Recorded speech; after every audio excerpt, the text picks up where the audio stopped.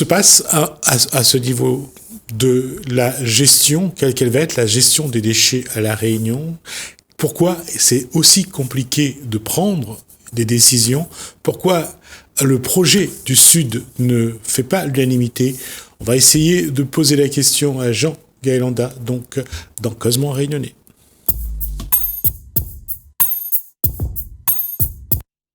Bonsoir Jean Gaëlanda. Bonjour Monsieur Ramadou. Qu'est-ce qui fait qu'on a autant de problèmes dans la gestion des déchets, que ce soit pour la CINOR et la CIRES, on voit que ce n'est pas simple.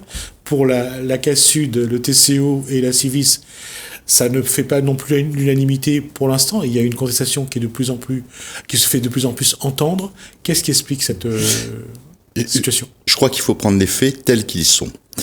Aujourd'hui, nous sommes face à une réalité et face à une urgence. Mais une urgence, nous considérons que cette urgence a été réalisée, a été délibérée, le fruit je dirais pas d'une concertation, mais en tout cas d'une forme d'inaction pendant plus d'une vingtaine d'années. Donc aujourd'hui, nous avons à faire face à cette problématique du traitement des déchets. Ça, c'est une réalité. Personne ne peut éluder cette question d'un revers de main en disant que c'est facile, il faut pas être contre ce projet, il faut être contre celui-ci ou quoi que ce soit. Mais nous avons une classe politique qui est en place, qui est au pouvoir depuis plus de 20 ans, où ce sont les mêmes qui sont au poste à responsabilité. Donc de dire que oui, nous avons un problème, c'est l'urgence, vous étiez là, vous étiez aux manettes, messieurs. Qu'avez-vous fait pendant 20 ans? Ça, c'est le premier constat. La deuxième chose, c'est que c'est une réalité qui s'impose à nous aujourd'hui. C'est-à-dire, lorsque vous voyez Pierrefonds, qui est devenu aujourd'hui le réceptacle de tous les déchets enterrés et enfouis, avec toutes les menaces potentielles sur la nappe phréatique, avec les fuites possibles de Lixivia, c'est une réalité. Et il faut trouver une solution. Donc, les Yaka Faucon, c'est un peu facile. Mais aujourd'hui, le président d'Ileva, le porteur de projet Reneva, nous dit qu'il faut aller vers le projet d'incinérateur. d'UVE, ça passe un peu mieux. Unité de valeur énergétique. Unité de valorisation énergétique. Il faut savoir quand même qu'il y a 3 formes d'approche, en quelque sorte, par rapport à cette problématique des déchets. Il y a ceux qui pensent qu'il faut en faire de la valorisation énergétique, et c'est aujourd'hui le point de convergence du président de la collectivité régionale, malheureusement, qui est revenu sur sa position, et le porteur de projet Reneva. Valorisation énergétique, on incinère du CSR, on brûle du déchet pour produire de l'énergie, faire tourner des turbines et produire de l'énergie. Vous avez également la valorisation biologique, qui permet justement de réutiliser, de composter tout ce qui est matière organique. Et vous avez le tri mécano-biologique, comme ça a été fait au niveau de Sydney. Nous avons toujours considéré... Juste préciser que Sydney, c'est pour la CINOR et la CIRES. Absolument, absolument. Et aujourd'hui, ce qu'envisage de faire justement le Reneva, c'est d'incinérer du CSR qui viendrait en fait de toute l'île. C'est-à-dire que ces combustibles solides de récupération, ce CSR en fait, ces déchets qui sont compactés, agencés de telle manière qu'ils deviennent ensuite, on peut les brûler. Nous allons recevoir tout cela au niveau de Pierrefonds.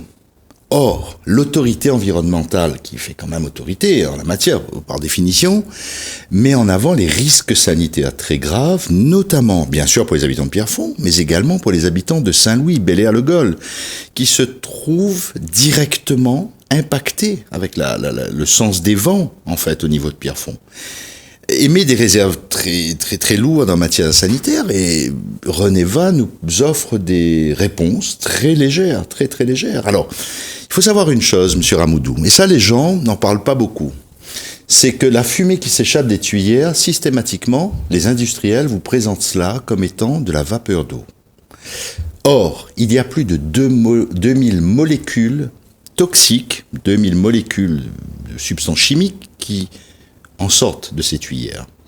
Il faut savoir que les normes qui sont définies ne portent que sur le contrôle de 20, uniquement 20 d'entre elles. Ce qui veut dire que 1980 molécules sortiront dans l'air, seront disséminées, si vous voulez, dans l'atmosphère, sans qu'il y ait de véritable contrôle. Quel impact sur la santé humaine? Il faut savoir, monsieur Ramoudou, on n'en parle pas, mais que le Centre national indépendant des déchets, qui est une instance indépendante par définition, a fait une étude une étude sur l'évolution du nombre de cancers autour de tous les incinérateurs des années 80-90. Le pourcentage de cancers est passé de 7% à plus de 28% de cancers.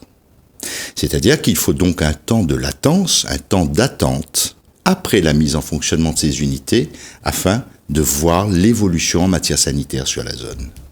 Donc, nous allons être encore une fois en réaction lorsqu'il y aura un drame, une explosion du nombre de cancers sur la zone de Pierrefonds, de Bel-Air, de l'étang salé. On n'en parle pas, mais les vents, ils s'arrêtent pas, je veux dire, à la sortie de Pierrefonds.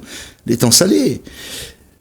Là, nous allons réagir parce que ceux qui auront pris cette décision, ils seront peut-être plus là. Ils seront peut-être plus aux affaires ou peut-être plus de ce monde. Je ne leur souhaite pas ça, hein, naturellement. Mais nous serons responsabilités et nous aurons à répondre à la population. Les gens ne voudront pas savoir. C'est de votre responsabilité, c'est votre prédécesseur. En général, les politiques sont souvent comme ça. C'est pas moi, c'est les autres qui ont rien fait avant moi. Ils sont souvent là-dedans. Non, nous devrons assumer cette responsabilité. Ce serait une loi de responsabilité, monsieur. Souvenez-vous du scandale de l'amiante en métropole. Souvenons-nous à l'époque de Tchernobyl, où les scientifiques français, les gens avec une solide réputation, qui avaient quand même autorité, qui faisait autorité à l'époque, expliquait que le nuage radioactif s'arrêtait aux frontières de la France. Ouais. Non mais, quand même, à un moment donné, il faut être sérieux et être raisonnable par rapport à cela. Lorsque le président d'Ileva s'exprime dans le journal de Mayotte en disant qu'il faudrait, je cite de mémoire, mutualiser les volumes de gisement, ça sous-entend quoi? Que Pierrefonds a vocation à devenir le brûloir à déchets de l'océan Indien? C'est-à-dire qu'on va importer du CSR de Mayotte pour le brûler à Pierrefonds. C'est vrai que personne n'a envie de ce type d'unité à côté de chez soi. Aucun maire, aucun responsable politique ne veut cela. Parce qu'il sait très bien que la population ne serait pas d'accord. Donc on envoie tout sur Saint-Pierre. Moi, je suis désolé. Nous avons eu plus de 10 000 électeurs, toutes listes confondues.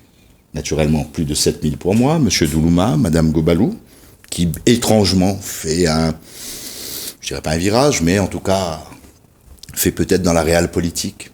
C'est une conception, mais toujours est-il que plus de 10 000 Saint-Pierrois se sont exprimés contre ce projet. Moi, je ne fluctue pas, je ne change pas au gré des évolutions politiques autour de moi. Nous avons des convictions, nous avons pris des engagements et nous les tenons. Il y a eu cette conférence de presse à plusieurs. Hein. À Pierrefonds, avec M. Riani. Ouais. M. Riani, qui était justement Jean-Richard Riani, absolument, qui est un artiste vraiment à la renommée mondiale, Marmaille Terre Sainte, Marmaille de Tanambo, qui fait des expositions à New York, au Japon et ailleurs, et qui avait pris un engagement très ferme contre cet incinérateur. Et aujourd'hui, il m'explique qu'il était sur une liste dont la tête de liste aujourd'hui est en faveur de cet incinérateur. Ouais. Il s'est senti un peu floué, de même que les électeurs qui les ont suivis. J'observe, par ailleurs, le courage de M. Emmanuel Doulouma, quelqu'un qui est très engagé et qui est agent de la fonction publique territoriale au sein de la collectivité régionale. Il faut saluer ce genre de courage. Aujourd'hui en politique, il n'y en a plus beaucoup. Enfin, en tout cas, ça ne fait plus... Aujourd'hui, on a surtout l'impression que d'abord, les frontières entre les politiques, les limites entre partis politiques, il y en a plus. On a l'impression que tout le monde est avec tout le monde. Attention, non, il faut prendre les expressions qu'ils utilisent. Ils parlent de consensus maintenant. On travaille dans l'intérêt de la Réunion. On travaille tous ensemble dans l'intérêt de la Réunion. Ça se posait la question, mais pendant 20 ans, vous travaillez dans l'intérêt de... La question, c'est, encore une fois, ma question là-dessus, Jean-Gaël Andas, c'est que est-ce qu'il n'y a pas, de la part des politiques aujourd'hui, est-ce qu'il y a une vraie volonté de mettre en place une filière pour vraiment traiter et éliminer les déchets? On y vient. Ça fait quand même plus de 30, voire 40 ans qu'on cherche la bonne formule.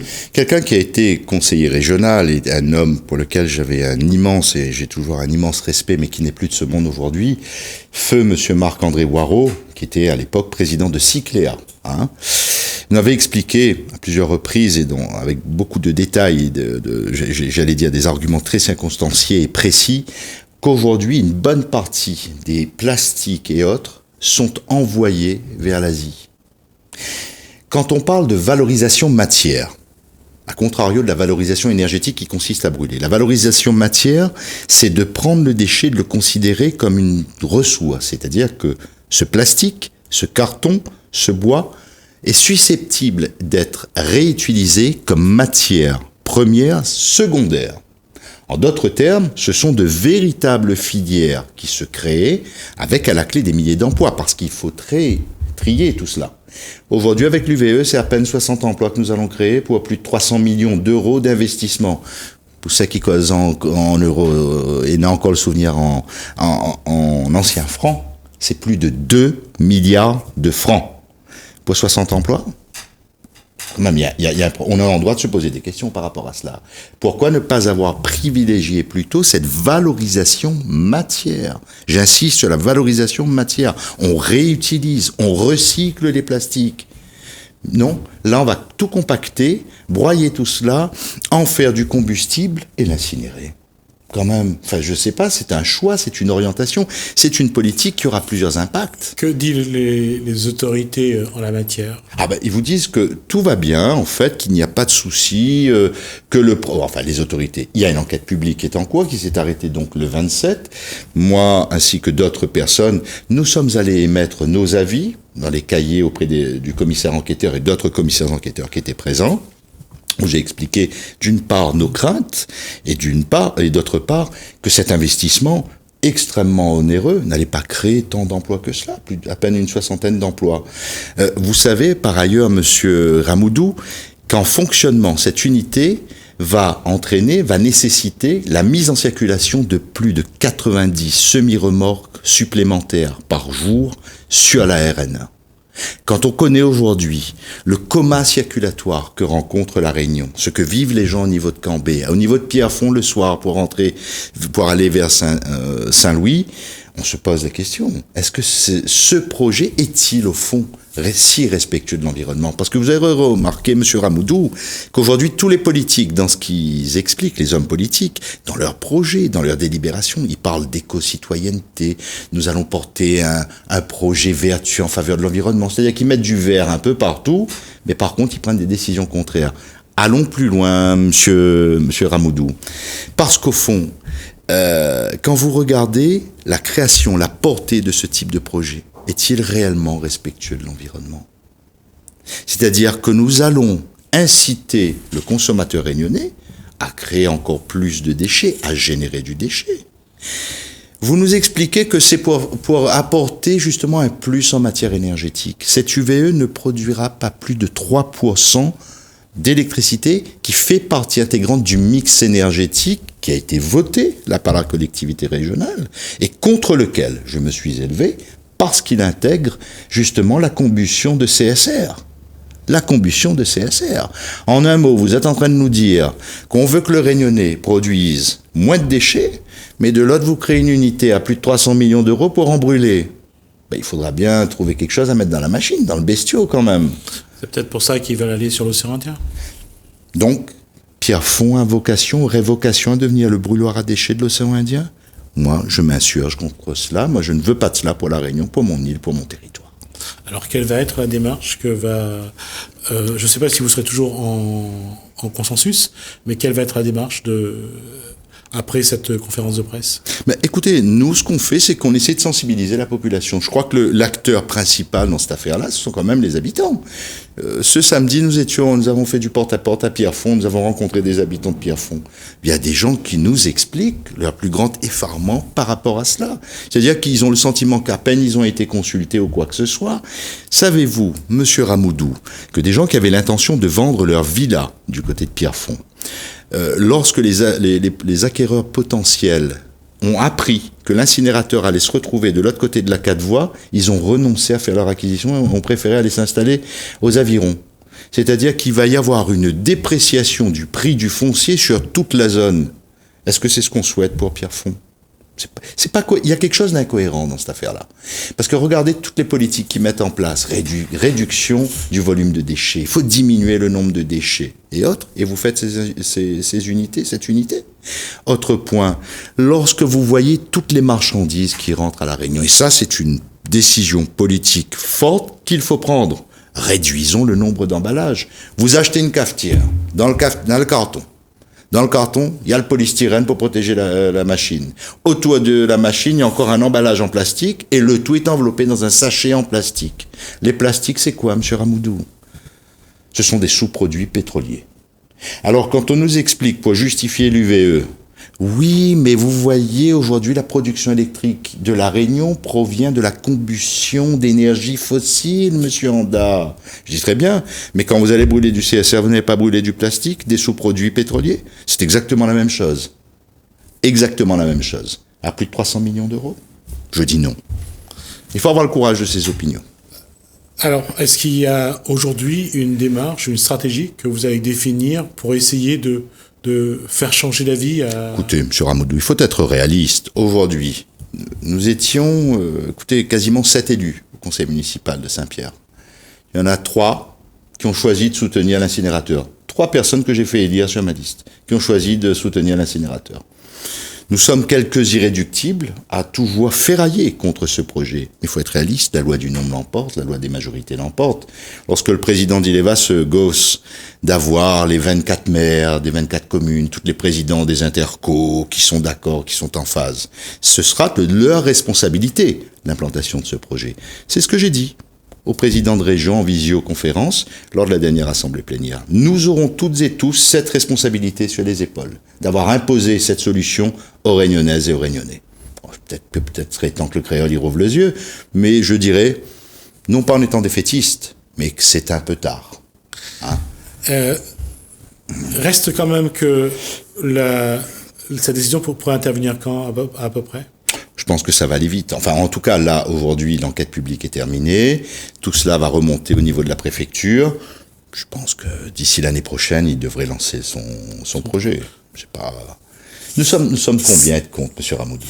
Vous allez faire de ce projet un enjeu pour les prochaines élections régionales? Écoutez, d'en faire un enjeu. Si le projet est déjà adopté, mais vous me direz, en 2010, le projet de tram-train était déjà lancé, ils ont bien mis un coup d'arrêt. Mais je pense que ça doit être un des enjeux. Un des enjeux. Bien sûr, vous avez la problématique du traitement des déchets, il faut trouver une autre solution.